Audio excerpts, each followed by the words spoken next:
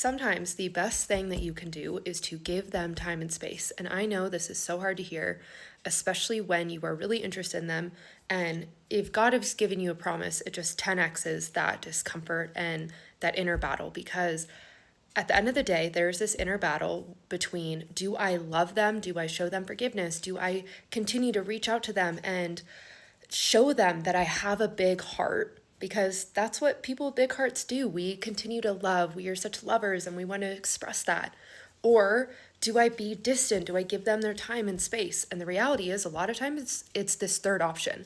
A lot of times, the best way to love someone and the way that God is asking you to love them is to give them time and space, to give them distance, and to give them silence. And I'm not talking about this bitter thing that I'm seeing in the secular dating world online where it's like, if they're not giving you what you want, just walk away. If you're anxious and they're avoidant, just let them do their thing. It's this very bitter energy.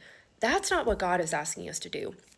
A lot of times, God will ask us to lovingly put them to the side for now.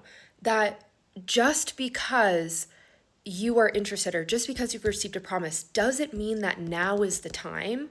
And sometimes God is telling us that now, how he's trying to use us now, the best thing that we can do for him, for this person, the best way that we can show our love truly is to give them time and space, to let God do the work in them. And as someone with a self-proclaimed big heart, that can be really hard because I want to love him. I want to be around him. I want to show him what true love is and support, and I want to send him scripture and pray with him. And sometimes that's not the role that God is asking you to play. And this is where I think, especially I'm going to speak to the women here, a lot of women forget that our role is to be, first and foremost, women of God. As women of God, we have these tools. We are meant to anchor into truth.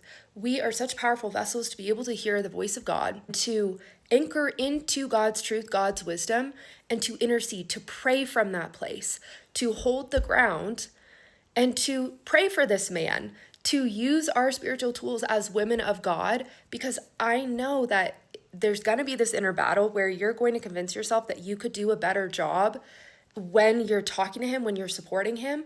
And truly, sometimes the best way to love and support him is to give him time and space, is to use those spiritual tools from afar, to pray for him, to intercede for him from afar. Because in that time and space, God can work in him. And God being able to love and support him and create the change in this man is going to happen so much better and so much quicker than you could. But in this time, it is not meant to be sacrificial in the way of all you're doing is thinking about them, praying for them, fasting on their behalf. Yes, use your spiritual tools. Fast, pray, intercede, talk to God, ask for his guidance. And God is also going to give you clarity and guidance for your life. He is going to give you tangible direction, guidance, instruction, what I call assignments for your life. It is going to be so much easier to stay detached, holy detachment, when you are able to focus on your life. This person is just a piece of the pie. And if God is asking you to not focus on them right now, to not have them in your life, to give them time and space, your job, in addition to the spiritual tools, loving and supporting them from afar, is also to focus on your life. Focus on the things that God is asking you to do. Because if he has two people separated, it is so that he can work in them and to realign their hearts with his will. So there is something that he wants you to focus on in your life outside of the relationship that you have to work on before you can be in said relationship, whether it's that relationship, whether it's another relationship. The quicker that you focus on the assignment that he's given you, the quicker that he can give you the next assignment and the next, bringing you to a relationship if that's his will for you. I love the term assignment because it really does bring us back into this grounded energy and like gives us a responsibility. We like to focus on something, and it is so easy to focus on the thing we don't have. It is so easy to focus on this relationship and to like kind of grab onto it, to cling onto it. A lot of times God is asking us to release our grip, to let go of that person for now, let them be, give them that time, give them that space, love them from afar. And now you get to focus on your life. You get to focus on your life with God, working on the assignments that He is giving you, getting clarity on what that assignment is right now. What is He calling you to do in your life?